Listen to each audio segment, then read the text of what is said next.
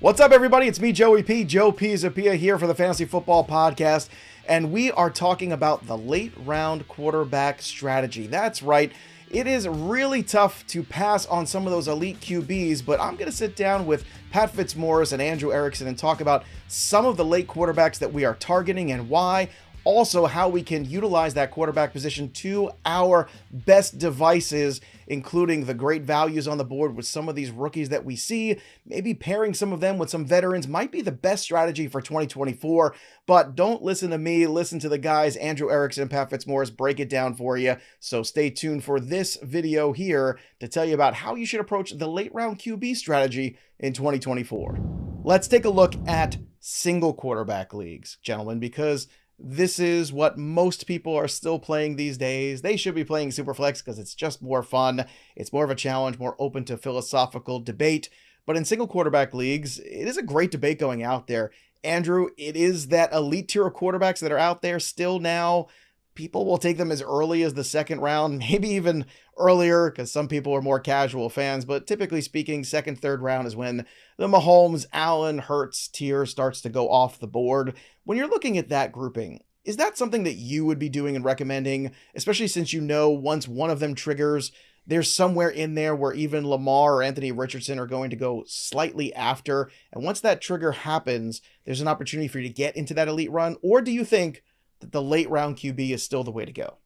I still think the late round QB is the way to go. It's the way that I prefer, especially even this year too. Like, I just love so many of these quarterbacks that you can get. You talked about Jaden Daniels. I have him inside my top 12. He doesn't get drafted as a top 12 quarterback. I mean, Trevor Lawrence was a QB8 last year, and now he's QB16 because he just wasn't as good as we thought he was going to be. So there are just so many players that you can get with your final pick a lot of the time. If you can just wait a quarterback and then while everyone else has taken their quarterback, well, you don't need to worry about it because no one else is going to take necessarily a second quarterback a lot of the times in one QB league. So not only do you have that quarterback that you took really late, you have all the quarterbacks that didn't get drafted that are on the waiver wire that have good matchups that you can play and stream.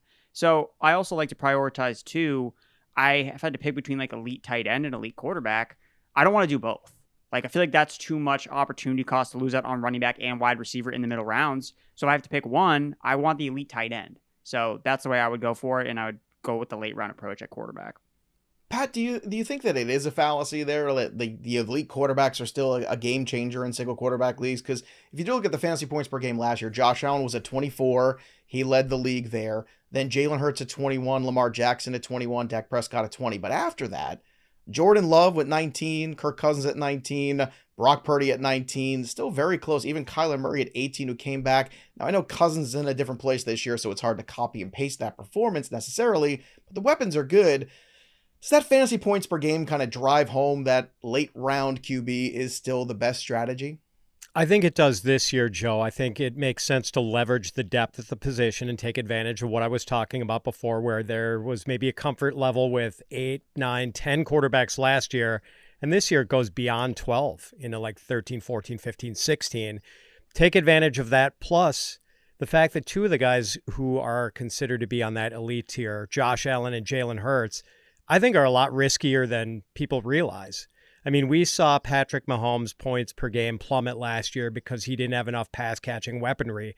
What about Josh Allen, who just lost Stephon Diggs and Gabe Davis? And I know Gabe Davis isn't like an elite superstar, but like he made a lot of big plays for Josh Allen. And now, Khalil Shakir, talented but sort of unproven as a high-volume guy. Keon Coleman, really interesting prospect, also unproven. Curtis Samuel, Dalton Kincaid, like it's not a great group of pass catchers. It might be enough, but it's not great. Also, Josh Allen's rushing touchdowns last year were like way higher than the baseline for his career he had established. So we're probably going to get some regression there. And, so much of Jalen Hurts' value is derived from those short touchdowns. What if those disappear? And we also saw a big drop off in his passing efficiency last year in his first year without mentor Shane Steichen working with him. So I'm a little worried about both of those guys and would not be drafting either one early. Yeah, Josh Allen nearly double the average of his rushing touchdowns last year. It was an incredible number. Same number as Hurts too, but you make that point also with Jason Kelce no longer under center.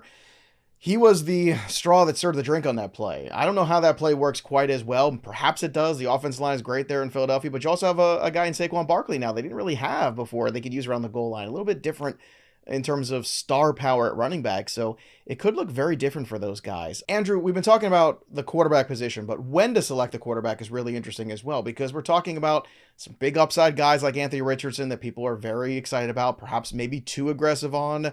Maybe some guys are getting overrated like CJ Stroud. Are you somebody that's saying, no, I'm taking running backs, I'm taking wide receivers, I'm taking tight ends, and I'm going to take whatever is left at quarterback? Or are there a couple names potentially that you are looking at and saying, you know what, I want to make sure that I get a share of Kyler Murray at the 10th quarterback overall, or someone else of that ilk before I go outside of that true QB1 territory?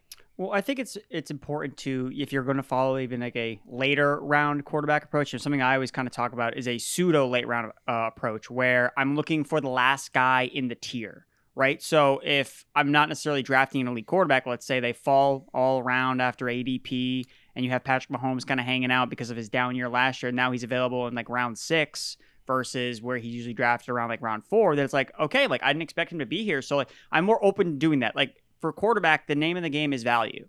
And you can get that in a bunch of different ways. Traditionally, it's done through the late round quarterback approach because you can guarantee yourself, okay, I'm taking quarterback with one of my last picks. Like, that's good value, especially I can start them every single week. But when guys fall, because, again, we're talking about how popular this strategy is, what if everyone's doing it? Especially in a lot of times in expert leagues where we see quarterbacks go really late. So it's like, I mean, I guess I'll take Patrick Mahomes in round 6. Like, it becomes a point where I'm looking at the board and it's like, okay, all the running backs are like dead zone running backs. I'm like, I don't want any of these guys. like, no, thank you. And then if I feel like, man, I already have so many wide receivers already, it's like, yeah, like I'll take one of these elite quarterbacks. Like, if you're going to gift it to me, then you should be open to that. And that's always why the best draft approach is being fluid, is being water. And being adaptive to what's going on in the draft. And I think, too, to point out how great like the FantasyPros tools are with the Draft Wizard, especially at the quarterback position, like the Draft Wizard can tell you and help you anticipate when quarterback runs are going to happen. Because it's going to tell you, hey, all these teams after you need a quarterback. Or it's like, hey, none of these teams need a quarterback, so don't take one now. Because they're all going to be there when you pick again. So I think those are certain things to kind of keep in mind while you're actually live in the draft. Yeah, I like that with the sync feature because it's telling you, like, if you're in the 10 spot, it says, oh, the 2 teams after you already have quarterbacks, so don't take a quarterback here. Just kind of a reminder. It's hard to keep up with, you know, what everybody's got on all their rosters at the same time, and you're on the clock in a minute, your queue just got obliterated. A lot of things can happen in a draft. Pat, 10 team versus 12 team. I know in a 10-team shallow league, you know, those stars really make a big difference. There's also more replacement value at wide receiver, at running back. Is it smarter to take an elite quarterback in a 10-team shallow league, or is it even more ridiculous to suggest doing that, even though there's more replacement value at wide receiver and running back and more depth there to support going earlier on a Josh Allen or a Hurts or a Mahomes? I vote for more ridiculous. You can be excruciatingly patient in a 10-teamer with quarterback. Okay. I mean, load up on running back and wide receiver and, get yourself a good tight end too, because you can afford to wait. Like if Jaden Daniels is going, I think QB 13 is his ADP or ECR last I checked. Like if he's going 13th and there are 10 teams and we know no one is really going to get their second quarterback that early in a 10-teamer, like go ahead and just load up and wait and grab Jaden Daniels and back him up with, I don't know, Matthew Stafford or Baker Mayfield. You'll be fine. Well, that was going to be my question, actually. I wanted to talk about Daniels with you. Is that like the best to have your cake and eat it too, and even in a 12-man league or a 12-person league rather, where you're looking at, I can get, the boring Kirk Cousins or Jared Goff and then take the really interesting upside of a Jaden Daniels? Is that like the best approach to either play matchups on a weekly basis or to give yourself an incredibly decent floor, but also that upside just in case someone like Daniels ends up becoming a guy that just wrecks games and starts rushing for 80 yards a game? Yeah, not a bad idea to play it like a wine pairing, Joe, and get like the wine and cheese, Pat. Exactly. So get the complementary flavors. Like you probably don't want to draft Anthony Richardson and Jaden Daniels as your top 2 quarterbacks because it's pretty much the same flavor. But I don't know, maybe you want the safety guy and someone who's more like a steady 16, 17 point a week guy like Matthew Stafford to pair with someone like Jaden Daniels who could be a little volatile. But Erickson, I'm sorry, go ahead, Pat. I thought you were. I was just going to say, and it also makes sense to, look at the schedule and see. And Sure. I know we're going to have articles like that at Fantasy Pros where it's like, which quarterback might be complementary to another, someone who has favorable matchups in the weeks where your quarterback one has the toughest matchups that he'll face all season. Erickson, here's a question for you. I want to know about drafting a second quarterback, because if you're a late quarterback already, you can do what Pat and I are talking about. But let's say somebody else takes Daniels and some of the interesting guys that are out there. Do you want, from a roster construction standpoint, to have that second quarterback on your roster? Or do you want to make sure you're taking extra running backs or wide receivers that you believe could be second half contributors? How do you construct your roster in a single quarterback league? You just want to go play the waiver wire for that guy if your quarterback gets hurt or underperforms, or bye weeks, you're going to wait it out? Or do you want to have that better than average quarterback already on your roster as an insurance policy? No, because I'm going to ride or die with one guy, because the minute that week one goes by, that backup quarterback's getting cut. Like, so I can go to the waiver wire. So assuming that my starter isn't injured.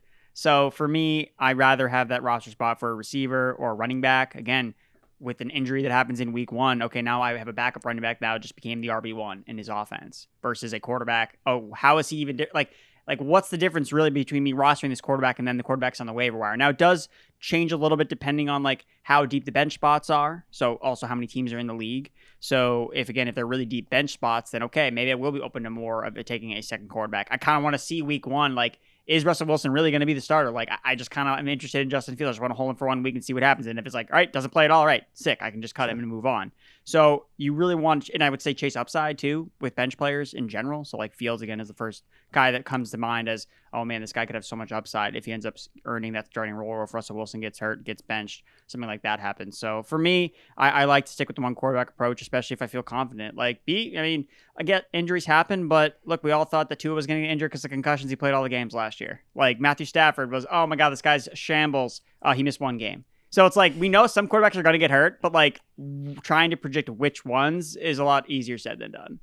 A fantastic comprehensive look at the quarterback position, gentlemen, the single quarterback leagues.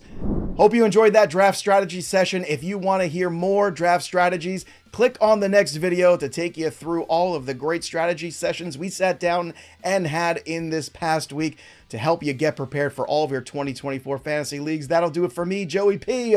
We'll see you next time, kids. Happy drafting.